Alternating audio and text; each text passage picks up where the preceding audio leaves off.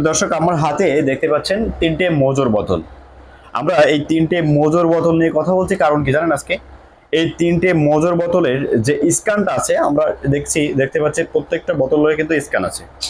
এই স্ক্যান থেকে আমরা মনে করি যে এখান থেকে আমরা হয়তো বা 1 টাকা ফিলিস্তিনের জন্য দান করছি, অথচ যে কতটা আমাদের সাথে প্রতারণা করা হচ্ছে সেই বিষয়টা আপনাদেরকে একটু দেখি।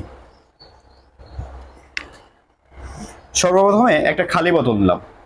খালি বোতল নিয়ে আমরা একটু স্ক্যান করে দেখাবো যে আসলেই আমাদের অর্থটা ফিলিস্তিনিদেরকে যাচ্ছে কিনা। দেখুন, সর্বপ্রথম একটা বোতল স্ক্যান করলাম, প্রসেসিং চলছে।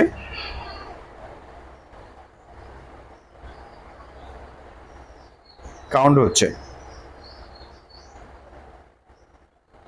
এখানে দেখুন 35,897 টাকা দেখাচ্ছে।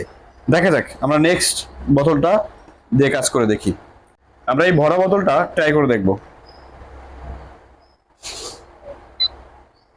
প্রসেসিং চলছে, দেখা যাক।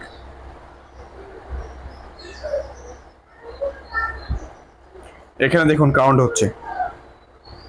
কাউন্ট হয়ে এখানেও 35,897। আচ্ছা, এটা রেখে দিলাম। আচ্ছা, আমরা নেক্সট আরেকটা দেখি। এটাও খালি বোতল, এটা দেখি।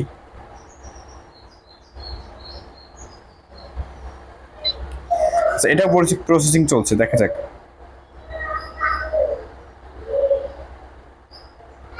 দেখুন কাউন্ট হচ্ছে। কাউন্ট হয়ে এখানেও কিন্তু সেম।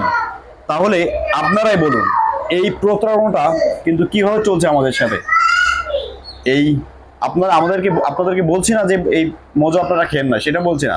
তবে এই যে আমাদের সাথে যে প্রতারণাটা করা হচ্ছে সে বিষয়ে আপনারা কমেন্ট করে অবশ্যই জানাবেন আপনাদের মতামতটা।